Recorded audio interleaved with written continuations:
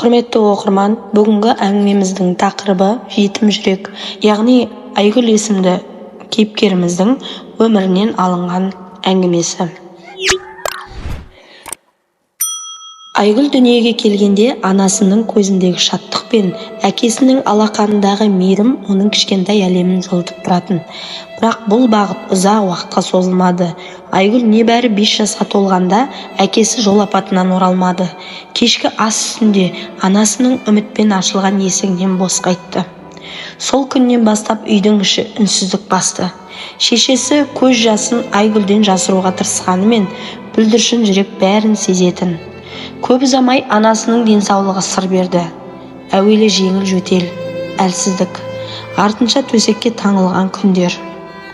Айгүл кішкентай алақанмен анасының маңдайынан сипайтын. «Анашым, жазылып кетесі ғой, дейтін көзі мөлдіреп. Анасы күлімсіреуге тырысатын, бірақ әлсіз денесі күліп тұрғанымен жанарындағы мұң баласының жүрегін тіліп өтетін. Бір күздің сұрғылт таңында анасы да көз жұмды. Айгүл енді нағыз жетімдіктің дәмін тартты. Ата-анасынан қалған үйі үкіметке өтіп, оны көше шетінде тұрған көлікке отырғызып бейтаныс адамдар алып кетті. Артына қарай-қарай сүйікті үйінің кішкентай терезесін көзімен іздеп бара жатты. Ол үйде оның артынан үнсіз қарап тұрғандай. Балалар үйіндегі күндер, сыз тартқан қабырғалар, қабақтары қатулы тәрбиешілер. Кейбірінің көзі ашулы, кейбірінің көзі мейірімсіз. Әр кеш сайын Айгүл көрпесін бүркеніп алып, жастығын сулап шығатын. Бірақ ол бәрібір күтті. Біреу келіп қолын созардай, «Қызым» деп бауырына басардай, бірақ ешкім келмеді. Жылдар өтті. Айгүл сырттай күлімсіреп жүрді. Іші ғана еңіреп жүрсе де, мектепте жақсы оқыды.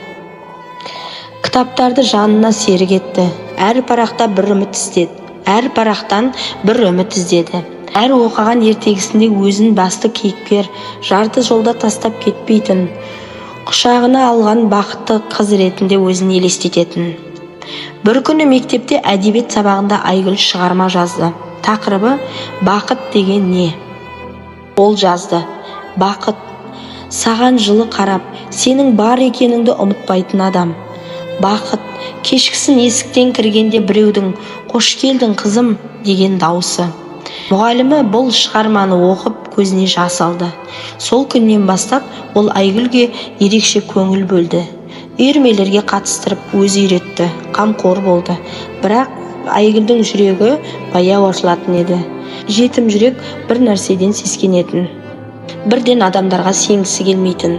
Жетіп мектеп бітіріп үлкен университетке түскенде де ол ішіндегі бос орынды ешкім толтыра алмайтынын білетін. Бірақ енді ол әлсіз емес еді, ол күшті еді. Ол өзі сияқты балаларды жылытқысы келді. Оның арманы өзі сияқты балалардың жүрегін жылытқысы келді. Айгүл өз күшімен грантқа түсіп оқыды. Стипендия жинап, жетім жүрек атты қайырымдылық қорын ашты. Бұл қор балалар үйіндегі жетімдерге білім беру, үйрету, оларға өмірдің әдемі екенін көрсету үшін құрылған еді. Әрбір балаға ол жеке-жеке көңіл бөлді.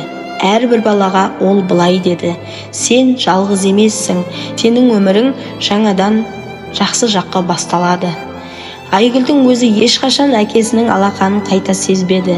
Анасының шашынан сипалаған қолын қайта көрмеді. Бірақ ол басқа балалардың жүрегіне жылу сыйлады. Өйткені жетім жүрек жаралы жүрек. Ол өз бақытын өз қолымен құрады. Және ол жүрек әрдайым шынайы мейірім мен үмітке толы еді. Айгүлдің өмірі дәл осының дәлелі еді. Жетім жүрек жеңді. Осымен Айгүлдің оқиғасы аяқталды. Құрметті оқырман, бұл әңгіменің соңын біз былай қорытындылаймыз. Айгүлдің өмірі қиындықпен басталып, үмітпен жалғасқан тағдыр. Ол балалықтың ең асыл сезімдерінен, ата-ана мейірімнен айырылды. Бірақ сол ауыртпалық оны сындырмады. Керісінше, жетім жүрегімен өзге жетімдердің үмітін жаққан шамға айналды. Айгүл бізге бар шындықты дәлелдеді. өмір саған не ұсынса да жүректегі мейірім мен сенімді жоғалтпасаң, ең үлкен жетістіктерге жетуге болады. Айгүлдің жетім жүрегі өз тағдырын өзгертіп қана қоймай, өзгелердің өміріне деген жарық сыйлады. Нағыз күш те, нағыз бақыт та өз қолымызда екенін анық түсіндірді. Осымен менің әңгімем аяқталды. Келесі бөлімдерде менің каналымнан қандай әңгімелерді күтесіздер, осы жерде төменде комментарияға жаза кетіңіздер, және мені жоғалтып алмас үшін арнама тіркеліп отырыңыздар.